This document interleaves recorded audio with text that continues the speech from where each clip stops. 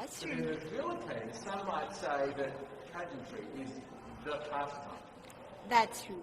You know what? In the Philippines, we have pageants all over the places. Yes, we have pageants in the barangay, in school, national, local. That's why we really love Miss Universe. It's like it's giving pride and putting the Philippines back on the pedestal. That's why there's an added pressure as a candidate coming from a pageant-loving country. But it's a good pressure. I always look up to our former Miss Universe Philippines. They really did well in the competition. And now this is my time to show who I am, to offer what Rabia can show to the rest of the universe. So I'm very happy, and at the same time, I'm excited to make all my kababayans proud. And hopefully I do. Why do you think it is that the Philippines love pageants? They have appreciation for beauty. We do love pageant because we used to think that we wanted to be included in the world. I have to be honest, in the Philippines, my skin color used to be not the standard of beauty. I was obsessed whitening my skin because these are the kinds of beauty queen we see on the mainstream. But things were different now. That's why I'm very proud to be a morena. In the Philippines, we call it morena. It's brown skin girl. And to be able to represent, my color, my identity as a true Filipina. Tell me about your journey to being crowned Miss Philippines. In a world that, in a country, I should say, that loves pageants. That must have been a very intense process. Tell me about, your journey to being Miss Philippines. Well, my journey was crazy. You know what? I started to be a dark horse.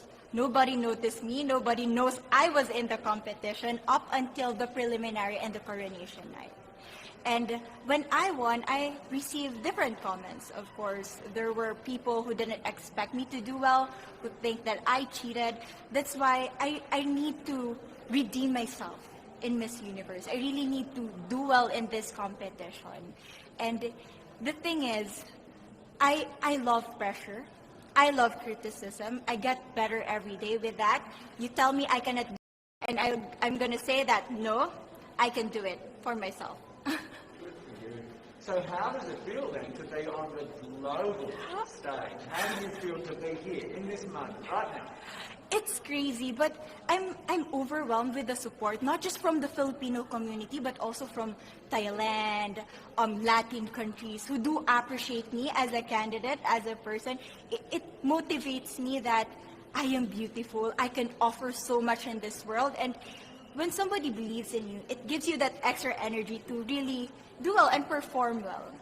Do you have a sense with the girls, all of the girls competing, you're competing, but is there a sense of camaraderie with all of the girls? Is there like a real spirit to, sort of motivate each other to do better?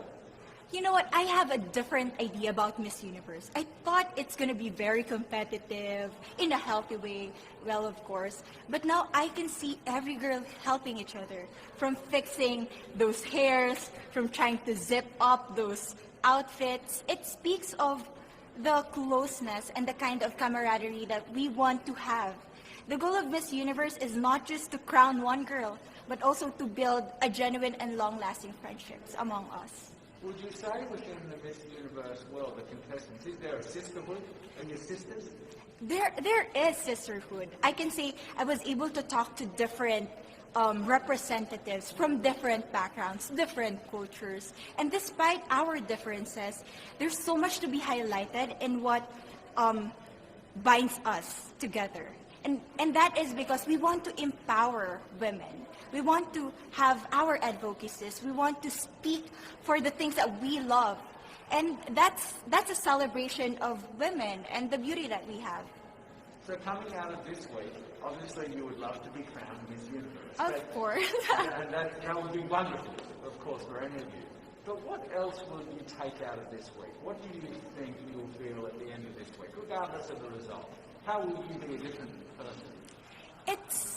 It's the growth and the development that I was able to have during preparing for this dream.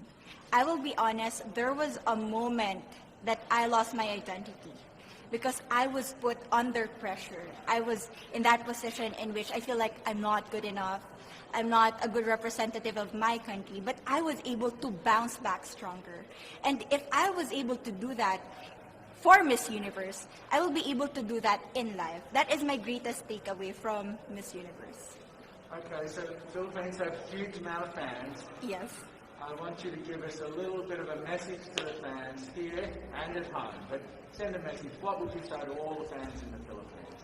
To all my fans from the Philippines and from all over the world, maraming salamat po. Thank you so much for loving me and for believing in me. It means a lot to somebody who is so naive in this industry, who has no idea how to become a beauty queen on the first day of my journey. But because of your love and support, I was able to be the woman that I am today. And regardless of the result, I may or I may not win the crown, but one thing is for sure, I'm gonna make you all proud.